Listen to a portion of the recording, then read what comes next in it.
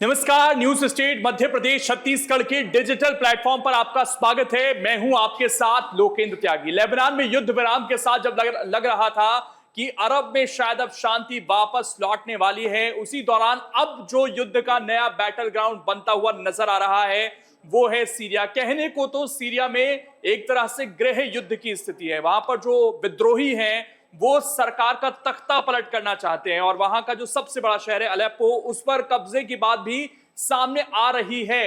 लेकिन क्या केवल ये गृह युद्ध है या सोची समझी कुछ देशों की रणनीति है?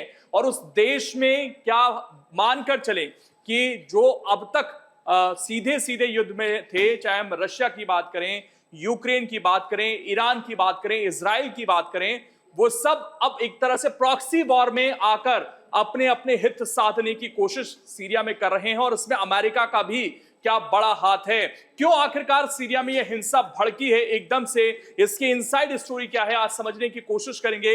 मेरे साथ डिजिटल के मेरे सहयोगी साहिल भी जुड़ गए हैं। साहिल, एकदम से गृह युद्ध छिड़ा तो वो देश जो लग रहा था कि शायद शांति चाहते हैं, लेकिन पहले अमेरिका की एंट्री, उसके बाद रशिया ने बॉम्बिंग जिस तरीके से कर दी, लगता तो नहीं है कि ये देश आज की तारीख में शांति चाहते हैं कि कोई ना कोई नया बैटल ग्राउंड हमें बनता हुआ दिख जाता है। बिल्कुल, क्योंकि अगर हम बात करें सीरिया की तो सीरिया में ये पहली बार नहीं है जब गृह युद्ध चला हो। अगर हम 2011 की बात करें तो 2011 से लगातार वहां गृह युद्ध चल रहा है। वो भले ही धीरे चल रहा हो, क्योंकि ऐसी तस्वीरें सामने आना कि सीरिया में युद्ध हो गया है, सीरिया में आगजनी हो गई, ये काफी आम बात हो गई थी, जिस वजह से काफी ज्यादा मीडिया इसको रिपोर्ट नहीं कर पा रहा है। क्यों? क्योंकि ये एक आम बात हो जाती है, जब कोई चीज आपके रूटीन में बन जाती है तो उस पर उतना ध्यान नहीं दिया जाता है। पर यहाँ पर ध्यान इसलिए दिया गया क्योंकि जो वहाँ की सरकार है, अब कहीं ना कहीं उस सरकार को गिराने के लिए ये पूरा अटैक किया गया है। एक पूरा जो ऑर्गेनाइजेशन है, एक विद्रोहियों का ग्रुप है, वो कहीं ना कहीं सीरिया पर अटैक कर देता है। सीरिया की जो सबसे बड़ी सिटी है अलेप्पो, उस पर अटैक किया जाता है। क्यों? क्योंकि अलेप्पो ऐसी सिटी है जहाँ से उनकी इकोनॉमी बहुत ज्यादा चलती है, एक ऐसी सिटी है।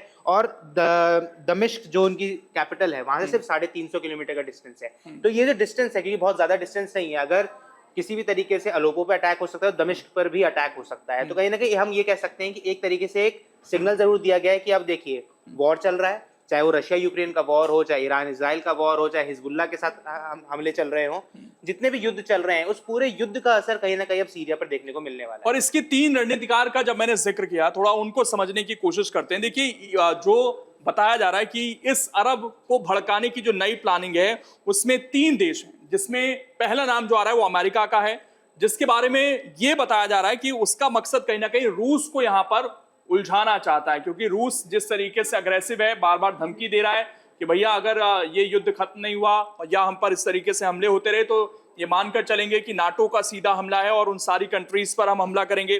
तो कहीं ना कहीं वहां पर अब रूस को उलझाना चाहता है और वो होता हुआ भी दिखा है, जिस तरीके से अब रशिया की तरफ से बॉम्बिंग हुई है और वहां की सरकार के पक्ष में रशिया कहीं ना कहीं नजर आ रहा है।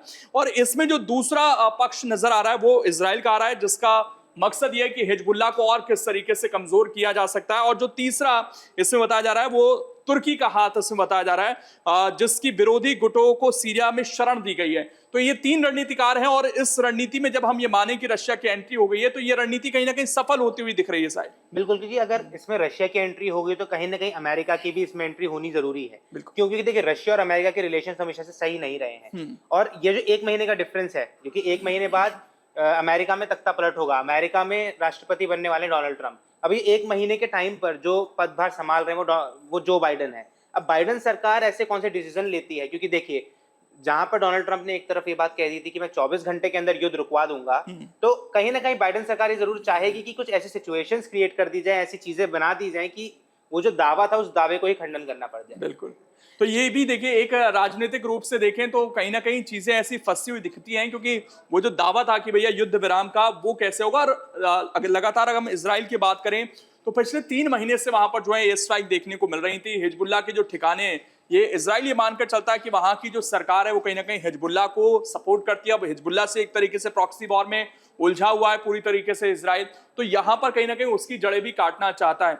लेकिन एक चीज और है यहां पर जो इस वक्त दिखाई दे रही है, वो ये है कि ये जो सारी कंट्रीज हैं ये शांति चाहती नहीं है। क्योंकि हम देखते हैं कि कभी इजराइल हिजबुल्लाह से, कभी ईरान से, कभी हमास से, एक तो प्रॉक्सी वॉर तो चल ही रही है। और ये सीरिया अगर हम कहें तो ये एक ऐसा बैटल ग्राउंड हमेशा से रहा है इराक हो गया, सीरिया हो गया, यहाँ पर गृह युद्ध के नाम पर कहीं ना कहीं बड़ी कंट्रीज जो हैं, डेवलप कंट्रीज जो हैं, उन्होंने अपने हितों को साधने की कोशिश की है और इस बार भी वही होता हुआ नजर आ रहा है। और अब तक इसमें सैकड़ों लोग जान जा चुके हैं। ये बड़े देश देखिए क्या दावा करते हैं साहिल कि हम शांति चाहते हैं, हम दुनिया का भला चाहते हैं, लेकिन हो क्या रहा है?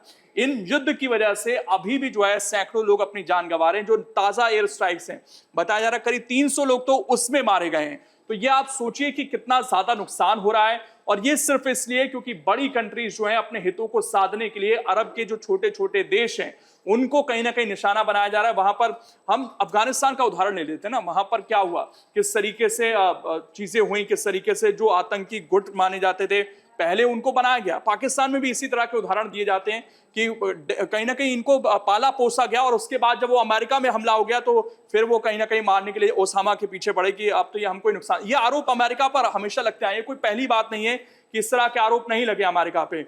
ये गाहे बगाहे आरोप लगते हैं कि अमेरिका पहले कहीं ना कहीं इस तरह जब गृह युद्ध छिड़ता है तो वो जो गुट रहते हैं उनको समर्थन देता है, उनको इक्विपमेंट देता है और उसके बाद कई बार जब वो अमेरिका को उल्टे पड़ते हैं तो फिर उनके पीछे पड़ता है। बिल्कुल, क्योंकि देखिए जिस समय पर ये अटैक हुआ है, जिस समय पर ये गृह युद्ध आया है, क्योंकि अभी किसी ने ये नहीं माना था कि दो इस्लामिक देश एक देश के अंदर ही ऐसा कुछ होना शुरू हो जाएगा। क्यों? क्योंकि ईरान कहीं ना कहीं वो इस्लामिक कार्ड खेलने की जरूर कोशिश कर रहा था कि जितने भी इस्लामिक देश है वो हमें इस समय पर सपोर्ट करे। कहीं ना कहीं वो जो युद्ध चल रहा था इजराइल के साथ, तो उस केस में जो पूरा कार्ड खेलना चाह रहा था, अब यहाँ पर क्या हुआ, एकदम से सीरिया में ये चीजें होनी शुरू हो जाती हैं। ईरान सपोर्ट कर देता है, रशिया सपोर्ट कर देता है। तो क्यों? क्योंकि देखिए जो इस्लामिक कार्ड है, अब ये किसी ने नहीं माना था कि ऐसा कोई अटैक होने वाला है, किसी के जहन में नहीं था, ना किसी ने कभी सोची थी ये बात कि इस तरीके का गृह युद्ध होगा, इस तरीके से अटैक किया जाए कि रशिया दोबारा से बॉम्बिंग करे। क्योंकि सीरिया पर बॉम्बिंग की गई है, रशिया ने पहले भी अपने बॉम्बर्स भेजे हैं, पहली बार नहीं। अगर हम 2011 की बात करें, 2011 में भी बॉम्बर्स गए थे, वहां बॉम्बिंग की गई थी। पर इस समय जो बॉम्बिंग की गई है, बिल्कुल